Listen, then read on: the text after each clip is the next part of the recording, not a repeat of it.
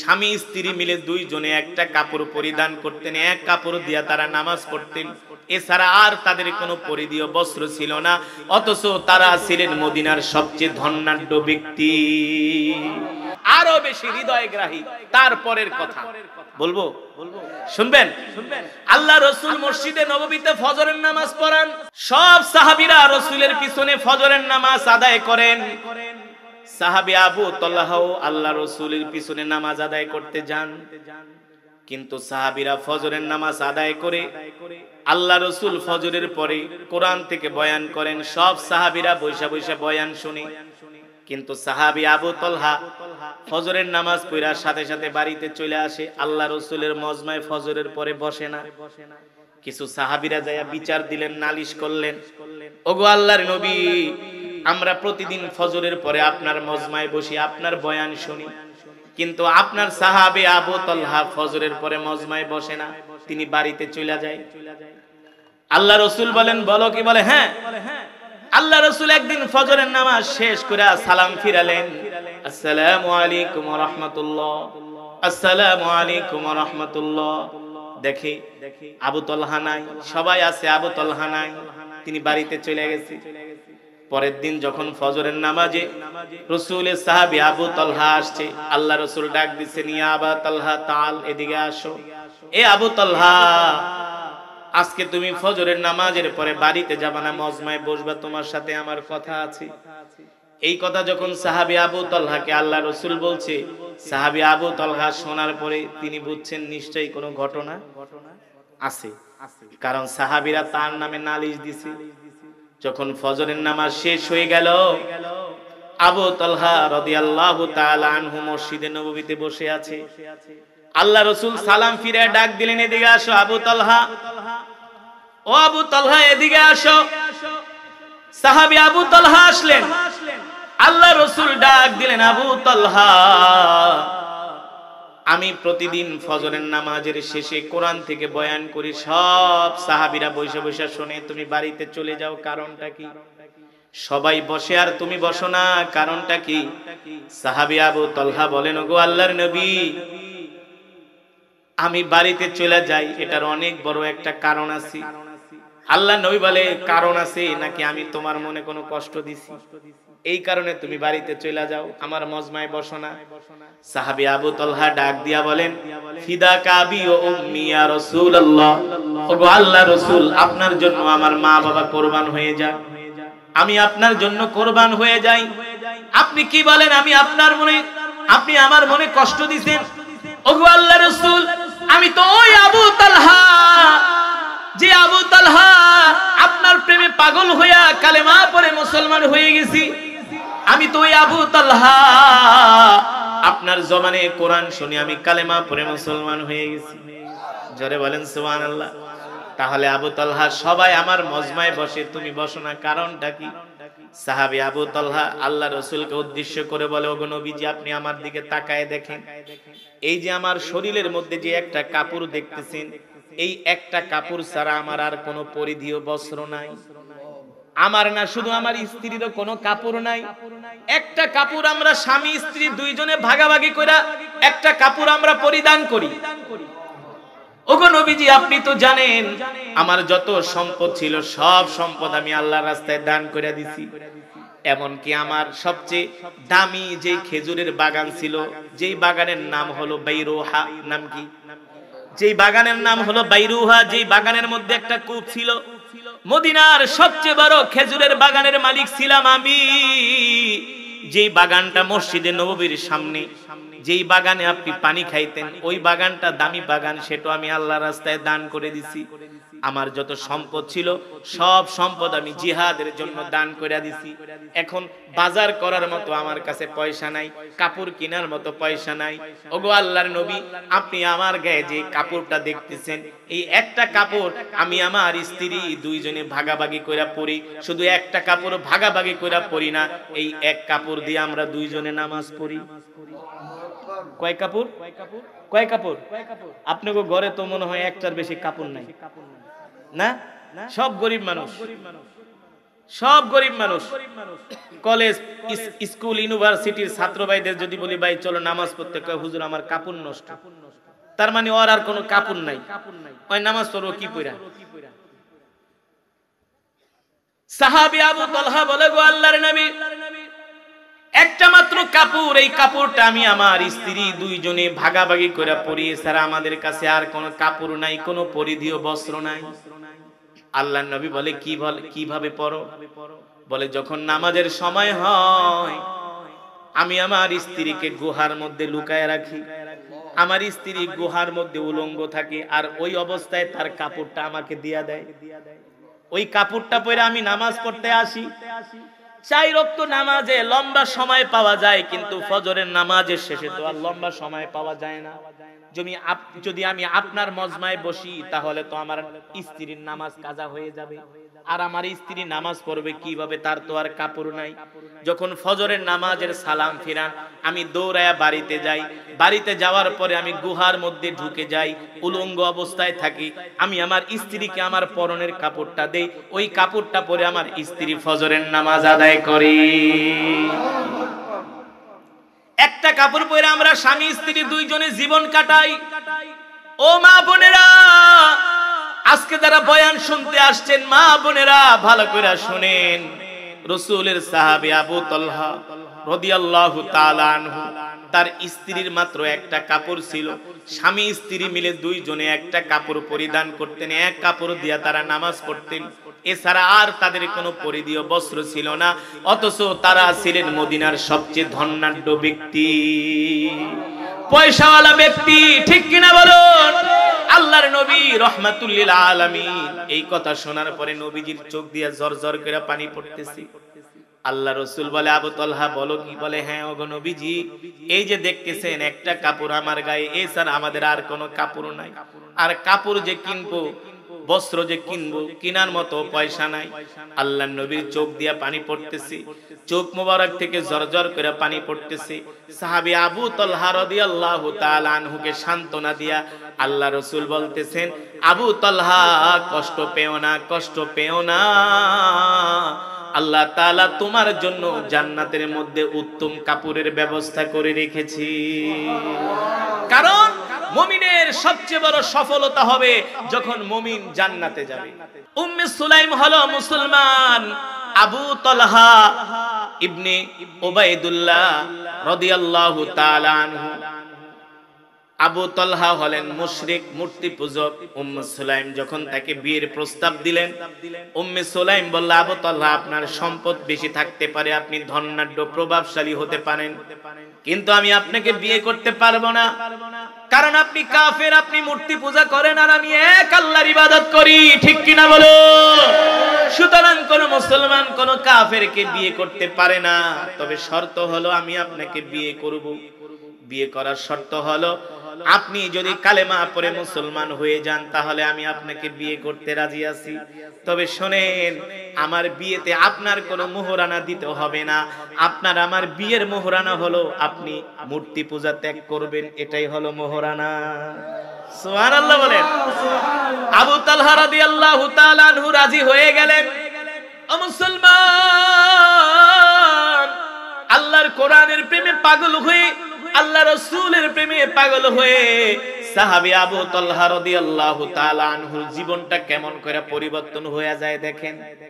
আল্লাহ তাআলা কোরআনুল কারীমের আয়াত নাজিল করলেন, লান তানালুল বিররা হাত্তা তুনফিকু মিম্মা তুহিব্বুন ওয়া মা তুনফিকু মিন শাইইন ফা ইন্নাল্লাহা বিহি আলিম। আল্লাহ তাআলা এই আয়াতের মধ্যে বলছেন, নবী আপনি মুমিনদেরকে বলে দেন যাতে মুমিনরা তাদের পছন্দের জিনিস আল্লাহর রাস্তায় দান করে দেয়। যেমন একটু আগে আপনারা মাহফিলে দান করছেন, করছেন না? সামনেও করবেন ইনশাআল্লাহ। কথা বলেন, সামনেও করবেন ইনশাআল্লাহ। দান করেছেন, অনেকে বাদাম খাওয়ার জন্য পয়সা আনছেন, সেটাও দান করছেন, অনেকে গাড়ি ভাড়ার জন্য পয়সা আনছেন, সেটাও দান করছেন, অনেকে বাজারের টাকাও দান করছেন, ঠিক কিনা বলুন? এটা হলো মুমিনদের আলামত। সুবহানাল্লাহ বলেন। আল্লাহ তাআলা কোরআনুল কারীমে যে আয়াত নাযিল করেছেন, লান তানালুল বিররা হাত্তা তুনফিকু মিম্মা তুহিব্বুন কখনোই তারা মুমিন হয় না যারা তাদের পছন্দের জিনিস আল্লাহর রাস্তায় দান করে না। যারা মুমিন তারা পছন্দের জিনিসটাকে আল্লাহর রাস্তায় দান করে দেয়। জোরে বলেন আল্লাহু আকবার। এই আয়াত নাজিল হওয়ার পরে আবু তালহা রাদিয়াল্লাহু তাআলা আনহু দৌড়ে আল্লাহ রাসূলের কাছে আসলেন। আয়েশা বললেন, ওগো নবীজি, আমি আপনার কাছে অনুমতি চাই। কিসের অনুমতি? মদিনার সবচেয়ে বড় খেজুরের বাগানের মালিক হলাম আমি। সুবহানাল্লাহ কইবেন না? আরে মিয়া, আপনি ওই বড় বিলের কোন একটা আলুর ক্ষেত যদি কোন মাদ্রাসায় বড় ক্ষেত দান করতে হয়, আপনি দি পালপিটিশন গরম হয়ে যাবে। আপনি 3 দিন পর্যন্ত মিয়া কথা কইবেন না, যেটা কয় কি বড় ক্ষেতটা দান করে দেব মাদ্রাসায়, খায়ালে কাম নেই। কথা কেন? ঠিক না? আবু তালহা রাদিয়াল্লাহু তাআলা আনহু কোরআনুল কারীমের আয়াত খুলে দেখেন। কালকে বাড়িতে যায় তাফসীর পড়বেন, ব্যাখ্যা পড়বেন, বিশ্লেষণ পড়বেন, অনুবাদ করবেন। আল্লাহ তাআলা কি বলতেছেন? তোমরা তোমাদের প্রিয় বস্তুটা, যারা মুমিন তারা আল্লাহর রাস্তায় প্রিয় বস্তু দান করে। এই কথা শোনার পরে আবু তালহা আল্লাহ রাসূলের কাছে দৌড়ায় আসলেন। আয়েশা বললেন, ওগো নবীজি, মদিনার সবচেয়ে বড় খেজুরের বাগানের মালিক আমি। এই বাগানটা আমি আল্লাহর রাস্তায় দান করে দিতে চাই। আল্লাহ রাসূল অবাক হয়ে গেলেন। আবু তালহা বলেন কি? বলে হ্যাঁ। কি বলো? বলে হ্যাঁ, আমি আমার সবচেয়ে বড় বাগান আল্লাহর রাস্তায় দান করব। আল্লাহ রাসূল বলছেন, কোন বাগান? কোন বাগান? বর্তমানে যারা হজ করতে গেছেন মদিনা শরীফে, গেছেন না? মদিনার মসজিদের যে প্রথম গেটটা, এই প্রথম গেটেই ছিল সাহাবী আবু তালহার খেজুরের বাগান। আর ওই বাগানের মধ্যে একটা কূপ ছিল, পানির কুয়া। সেই আরবের দেশে বর্তমানেও যেমন তেলের চেয়ে পানির দাম বেশি, সৌদি আরবে কি তেলের চেয়ে পানির দাম বেশি, কারণ মরুভূমির দেশ, পানি পাওয়া যায় না। ঠিক কিনা বলুন? এবারে এই ওটাওটি করস কে বয় পিচ্ছি, ওটাওটি করা যাবে না। সেই 1450 বছর আগে একই অবস্থা ছিল, পানির খুব দাম। সেই সবচেয়ে বড় ধনী যার একটা পানির কূপ আছে, কি আছে? সেই 1450 বছর আগে একই অবস্থা, যার একটা পানির কূপ আছে। কারণ অনেক গভীর থেকে পানি উঠাইতে হয়, আর সব জায়গায় পানি পাওয়া যায় না। আল্লাহ রাসূল ডাক দিয়া বললেন, আবু তালহা, তুমি কি তোমার ওই বাগানটা দান করতে চাও? বলে কোন বাগান? মসজিদ থেকে বের হলে, মসজিদে নববী থেকে বের হলে প্রথমেই যে বাগানটা, এই বাগানটা? বলে হ্যাঁ আল্লাহ রাসূল। আল্লাহ নবী বলে, আমি তো মাঝে মাঝে তোমার ওই বাগান থেকে পানি খাই। কে?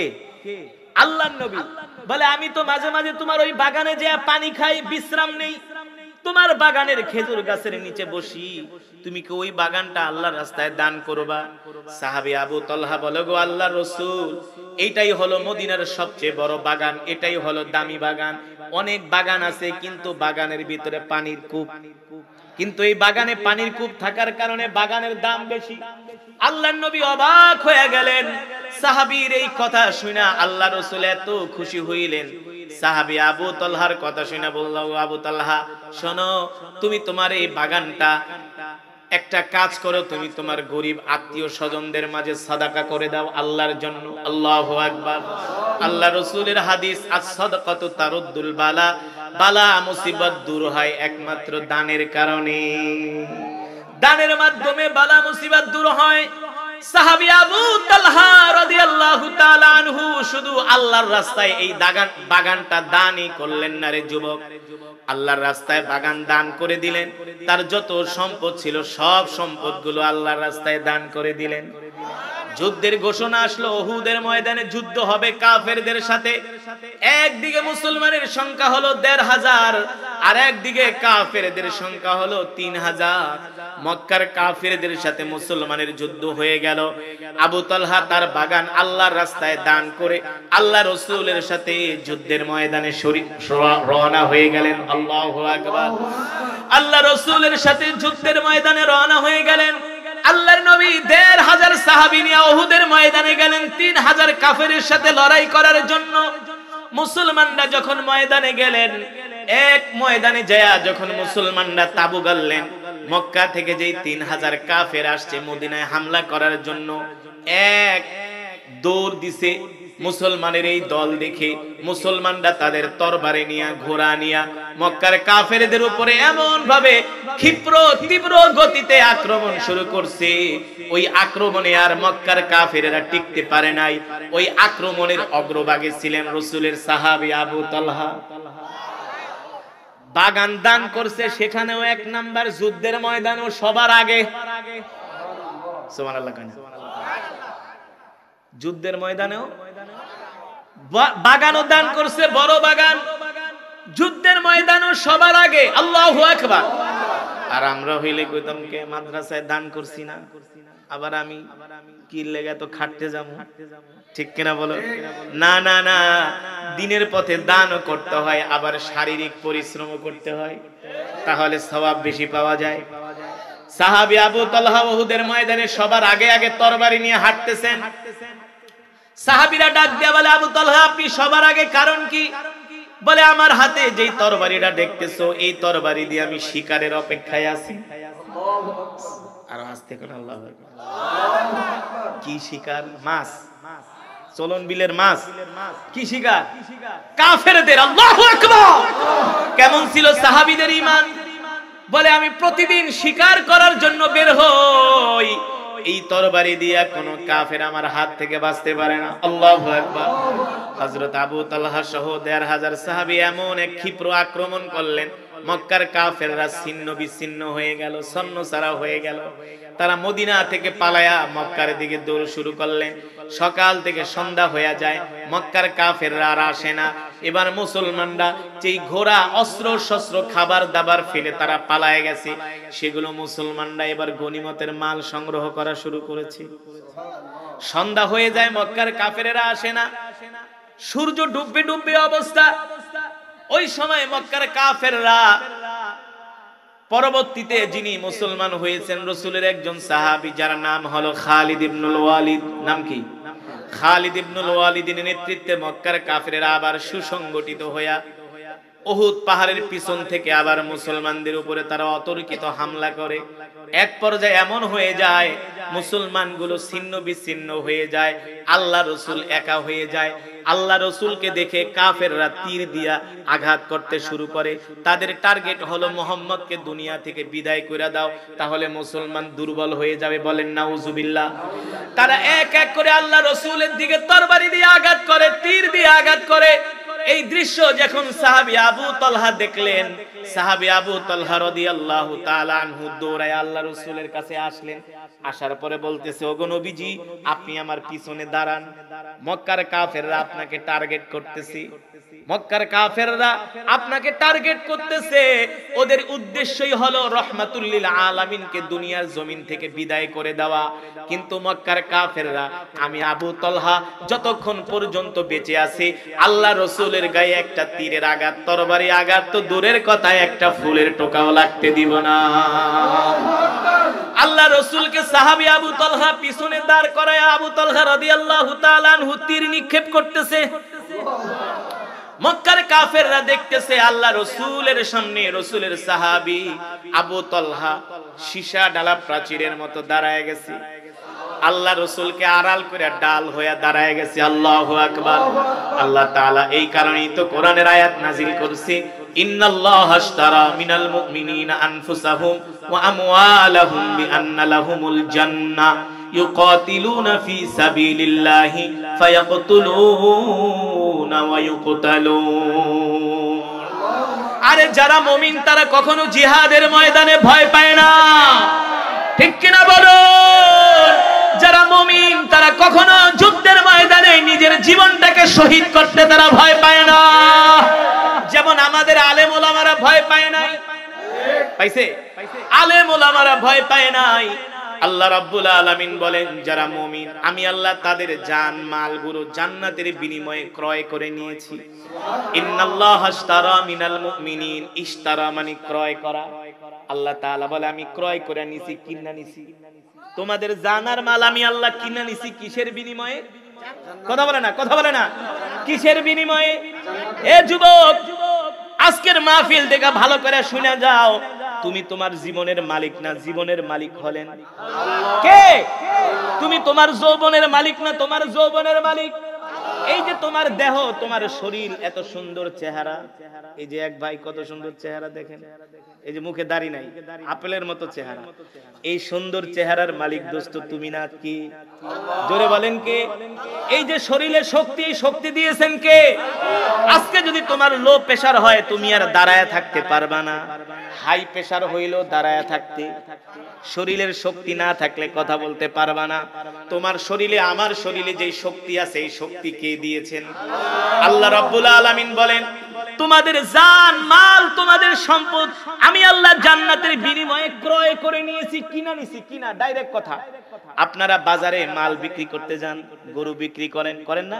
খাসি বিক্রি করেন, অনেক কিছু বিক্রি করেন, এগুলো মানুষ টাকার বিনিময়ে যখন কিনা নিয়ে যায় তখন কিন্তু আপনি ওই সম্পদের মালিক। আপনি যদি অর্থ না দেন তাহলে কিন্তু আপনি আপনার মালও দিবেন, অর্থ না দিলে আপনার মালও দিবেন না। আল্লাহ রাব্বুল আলামিন বলেন, এই দুনিয়াতে আমি মুমিনের জীবনটা কিনা নিছি, তাদের মালগুলো কিনে নিছি কিসের বিনিময়ে? অনন্ত জান্নাতের বিনিময়ে। সুবহানাল্লাহ। যেই জান্নাতে মানুষ প্রবেশ করলে আর কোনোদিন বের, যেই জান্নাতে কোনো কষ্ট নাই, গ্যাস্ট্রিকের ব্যথা নাই, মাথা ব্যথা নাই, না? কত কষ্ট দুনিয়াতে, কত কষ্ট। এই দুনিয়া কি আরামের জায়গা নাকি? যারা দুনিয়াকে আরামের জায়গা মনে করে ওরা হইলো সবচেয়ে বড় মূর্খ, সবচেয়ে বড় বোকা। যারা দুনিয়ার ক্ষমতার জন্য মারামারি করে, মিথ্যা মামলা দেয়, ওদের মতো গন্ড মূর্খ আর পৃথিবীতে নাই। কেন বলি?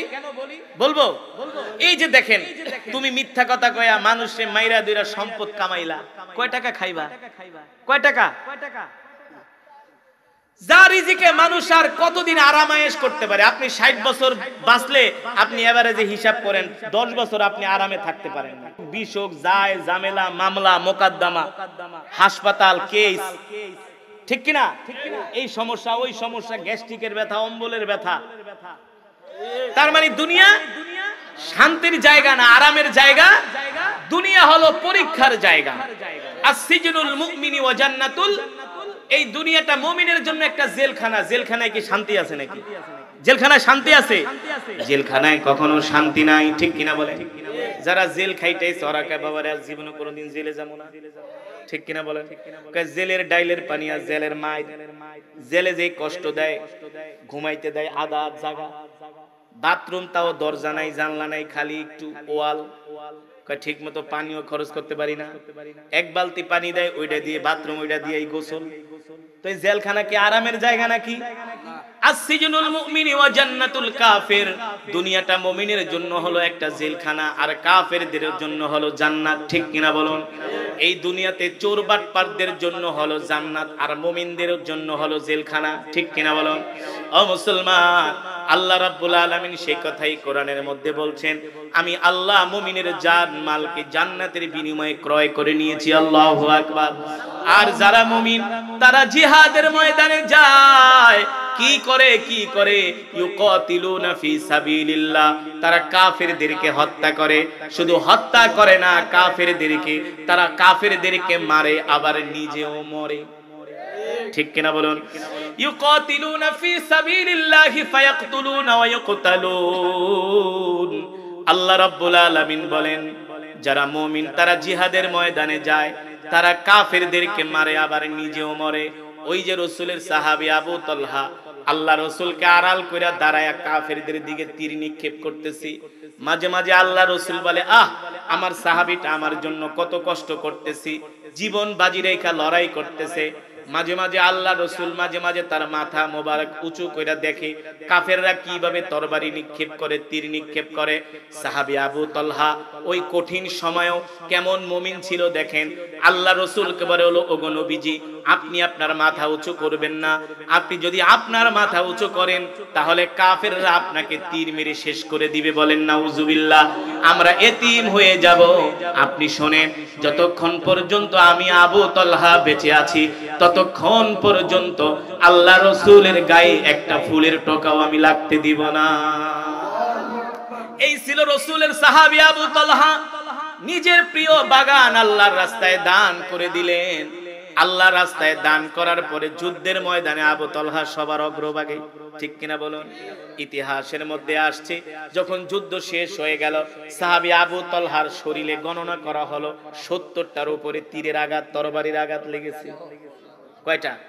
70টার উপরেও তীরের আঘাত, তরবারির আঘাত লেগেছে। আল্লাহু আকবার, জোরে বলি আল্লাহু আকবার। এই ছিল রাসূলের সাহাবী, নিজের সব সম্পদগুলো আল্লাহর রাস্তায় দান করে দিয়েছে। শুধু সম্পদ দান করেন নাই, আল্লাহর জমিনে দ্বীন কায়েমের জন্য নিজের রক্ত দিয়েছে। ও মুসলমান, আল্লাহর বান্দারা, আমি আপনাদের সামনে যে কোরআনুল কারীমের তেলাওয়াত করলাম, আল্লাহ রাব্বুল আলামিন এই কোরআনুল কারীমের মধ্যে বলছেন, আলা লাহুল খালকু ওয়াল আমর তাবারাকাল্লাহু রাব্বুল আলামিন। আল্লাহ রাব্বুল আলামিন বলেন, নবী আমার, আপনি মক্কার জমিনে কোরআনের কথা বলেন, মক্কার কাফেরেরা কোরআনের তেলাওয়াতে বাধা দেয়, ঠিক কিনা বলুন? আপনি মক্কার কাফেরদেরকে ভয় করবেন না, আবু জেহেল, আবু লাহাব, উতবা, সাইবাদেরকে ভয় করবেন না। আপনি তাদের সামনে বুক উঁচিয়ে ঘোষণা করে দেন, আলা লাহুল খালকু ওয়াল আমর তাবারাকাল্লাহু রাব্বুল আলামিন।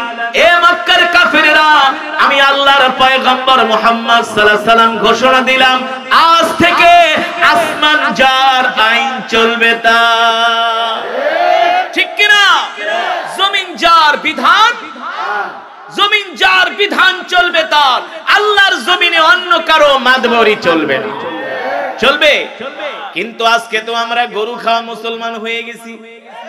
এই কারণে আমরা কাফের, মুশরিক, বেঈমান যারা কোরআনের বাধা দেয়, আবার মুসলমান হয়েও কিছু ইহুদিদের দালাল আছে, তারা কোরআনের মাহফিলে বাধা দেয়। আছে কি আছে না?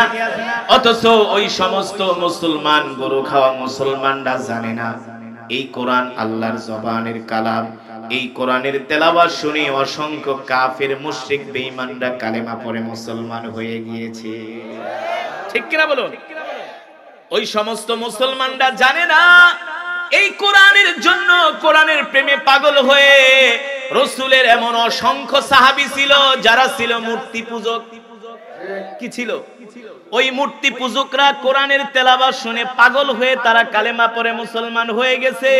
কিন্তু মুসলমানের বাচ্চা হয়েও তারা কোরআনের তেলাওয়াত, কোরআনের মাহফিলে বাধা দিছে, ঠিক কিনা বলুন? রাসূলের একজন সাহাবী ছিল যার নাম হলো আবু তালহা। নাম কি? বয়ান চলবে কতক্ষণ? বসেন, সারা রাত কে আবার দুইজন উঠে গেছে। শোনেন, এখন কিন্তু শয়তানে ডাকবো যে দোস্ত আর ওয়াজ শোনার দরকার নাই, কেরাত শুনছো, সওয়াব পাইছো, এবার বাড়িতে যায় ঘুমাও। এই কথাকে মাহফিলের বাইরে নিয়ে কিন্তু বিড়ি টান দেওয়া হইব, ঠিক কিনা বলুন? যখন আপনি যাইতে চাইবেন না, তখন বলবো ঠিক আছে তুমি ওয়াজ শোনো, সমস্যা নেই, একটু বাইরে আসো, তোমার সাথে কথা আছে। বাইরে নেওয়ার পরে সিগারেটটা পকেট থেকে বাইর করে এবার টানতে টানতে সোজা বাড়িতে যা। এই হুজুরদের কথা শোনার দরকার নাই। আরে সামনে আরো মাহফিলে আসতেছে, শীতের দিন অন্য মাহফিলে যাই, কিন্তু আমরা শয়তানকে আজকে কোনো সুযোগ দিব না। আমরা শেষ মোনাজাত দিয়ে বাড়িতে যাব। কে কে রাজি নাই হাত উঠাই। এই পাবনার মানুষ, আপনাকে কিন্তু একটা বদনাম আছে। কি না? পাবনার মাটি ইসলামের জন্য উর্বর ঘাটি। পাবনার যুবকগুলো ইসলাম প্রিয়, দ্বীন প্রিয়, ঠিক কিনা? এই পাবনার সন্তান হলো মাওলানা মতিউর রহমান নিজামী, যিনি ছিলেন শিল্পমন্ত্রী, যার মন্ত্রণালয় 4 আনার দুর্নীতি দেখাতে পারে না, ঠিক কিনা বলুন? এই বাংলার জমিনে আলেম ওলামা যারাই সরকারের এমপি হয়েছে, মন্ত্রী হয়েছে, তাদের মন্ত্রণালয় 2 পয়সার দুর্নীতি দুদক বের করতে পারে না। পারছে? হক কথা বললে কোনো সমস্যা আছে? হক কথা বলতে কি আমরা কাউকে ভয় পাবো? এটা বিগত সরকারে যারা ছিলেন তারাও স্বীকার করবেন, বিএনপি সরকারে যারা ছিলেন তারাও স্বীকার করবেন যে আলেম ওলামারা যদি ক্ষমতায় আসে তাহলে তেল চুরি আর গম চুরি, চাল চুরি হবে না, কম্বল চুরি হবে না। আলেমরা নিজের কম্বলটা জনগণকে বিলিয়ে দিবে, ঠিক কিনা বলো? তাহলে কোরআনের কিছু কথা হবে। আমরা শেষ পর্যন্ত মোনাজাত দিয়া যাবেন তো? এবার মোনাজাত দিয়া কে কে যাবেন হাত উঠে আল্লাহকে দেখান, হাত সোজা করেন, হাত সোজা করেন।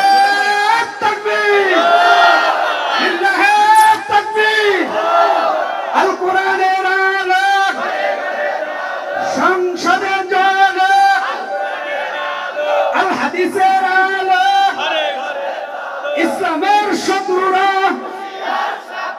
হুশিয়ার সাবধান, লিল্লাহি তাকবীর।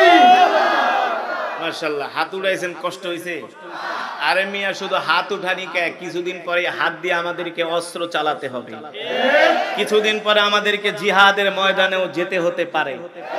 শুধু কি ওয়াজ মাহফিল করলে চলবে নাকি? আল্লাহর জমিনে দিন কায়েমের জন্য আল্লাহর জমিনে জিহাদ করতে হবে। যেই যুদ্ধ শুরু হয়েছে বাইতুল মুকাদ্দাস, যেই যুদ্ধ শুরু হয়েছে ফিলিস্তিন লেবাননে, ওই যুদ্ধ আর ফিলিস্তিন লেবাননে চলবে না, সারা পৃথিবীতে ছড়িয়ে পড়বে। এই ভারতবর্ষে বাংলার জমিনও গাজওয়াতুল হিন্দ হবে, ঠিক কিনা বলুন? পৃথিবীর প্রতিটা ইঞ্চি ইঞ্চি মাটিতে কালেমার পতাকা উড়বে, তাওহীদের পতাকা উড়বে। সুতরাং আমাদেরকে সেই আল্লাহর জমিনে দিন বিজয়ের জন্য আমাদেরকে সদা প্রস্তুত নিতে হবে। প্রস্তুতি নিতে হবে না? তাহলে কি ভেঙে পড়লে চলবে?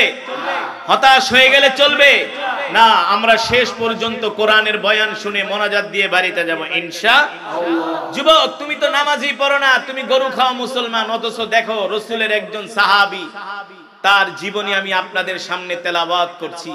দেখেন এই রাসূলের সাহাবী আল্লাহর কোরআনের একটা আয়াত শুনে কেমন ভাবে পাগল হয়ে গিয়েছিলেন আল্লাহর দ্বীনের জন্য।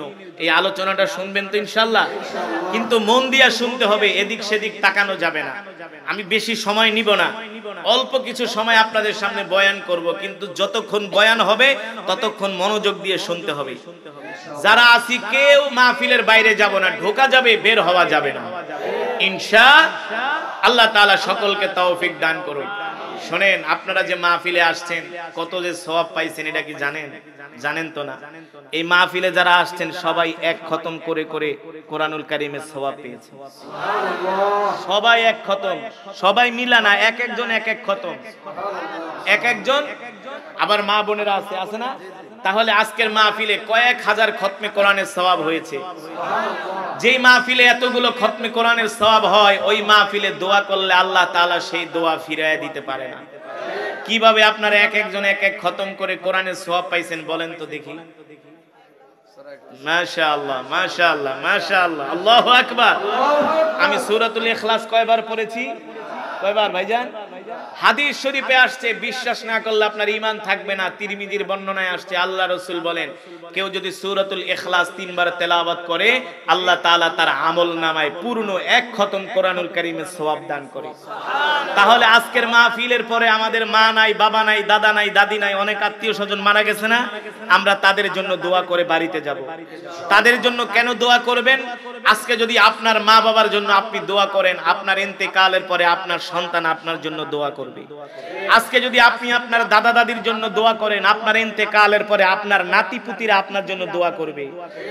কামা তাদিনু তুদানু, যেমন কর্ম তেমন ফল পাইবেন। আপনি তাদের জন্য দোয়া করবেন না, আগামী প্রজন্ম আপনাকে মনে রাখবে না। সোজা কথা, ঠিক কিনা বলুন? তাহলে আমরা জমে জমে বসবো তো ইনশাআল্লাহ। রাসূলের একজন সাহাবীর নাম বলেছিলাম, নাম কি বলেন তো? নাম আছে, নাম মনে আছে ইনশাআল্লাহ? আল্লাহ রাব্বুল আলামিন কোরআনুল কারীমের একটি আয়াত নাযিল করলেন। কোরআনুল কারীমের 4 পারায়, লান তানালুল বিররা হাত্তা তুনফিকু মিম্মা তুহিব্বুন ওয়া মা তুনফিকু মিন শাইইন ফাইন্নাল্লাহা বিহি আলীম। আল্লাহ রাব্বুল আলামিন কোরআনুল কারীমের এই আয়াত নাযিল করে দিলেন। রাসূলের সাহাবী নাম হলো আবু তালহা। তিনি ছিলেন সাধারণ আরবদের মতো একজন মূর্তি পূজক। কি ছিলেন? সাধারণ আরবদের মতো একজন মূর্তি পূজক। এই আবু তালহা রাদিয়াল্লাহু তাআলা আনহু উম্মে সুলাইমের প্রেমে পাগল হলেন, তাকে বিয়ে করার প্রস্তাব দিলেন। উম্মে সুলাইম বলল, আবু তালহা, আমি আপনাকে বিয়ে করতে পারি। আপনি হলেন মদিনার সবচেয়ে সম্পদশালী মানুষ, আপনি হলেন মদিনার সবচেয়ে ধনাঢ্য ব্যক্তি, আমি আপনাকে বিয়ে করতে পারি। কিন্তু আমি তো মুসলমান, আপনি হলেন কাফের, আপনি হলেন মুশরিক, আপনি মূর্তি পূজা করেন। কোন মুসলমানের সাথে কোন মুশরিকের বিয়ে হতে পারে না, ঠিক কিনা বলুন? যদি কোন মুসলমান কোন কাফের মুশরিককে বিয়ে করে, সেই বিয়ে কোনোদিন বৈধ হয় না, সেটা হয় অবৈধ বিয়ে। আর ওদের গর্ভে যে সন্তান জন্ম নেয় ওরা হবে জারজ, ঠিক কিনা বলেন? মুমিন যখন কোথায় যাবে? কুল্লু নাফসিন যায়িকাতুল মাউত ওয়া ইন্নামা তুওয়াফাউনা উজুরাকুম ইয়াওমাল কিয়ামা ফামান যুহজিহা আনিন নার ওয়া উদখিলাল জান্নাহ ফাকাদ ফাস। আল্লাহু আকবার। তারাই সফল যেই দিন তারা জাহান্নামের আগুন থেকে মুক্তি পেয়ে জান্নাতে প্রবেশ করবে। আল্লাহর কোরআন বলছে, আল্লাহ তাআলা বলছে তারাই সফল। ঠিক কি না বলেন?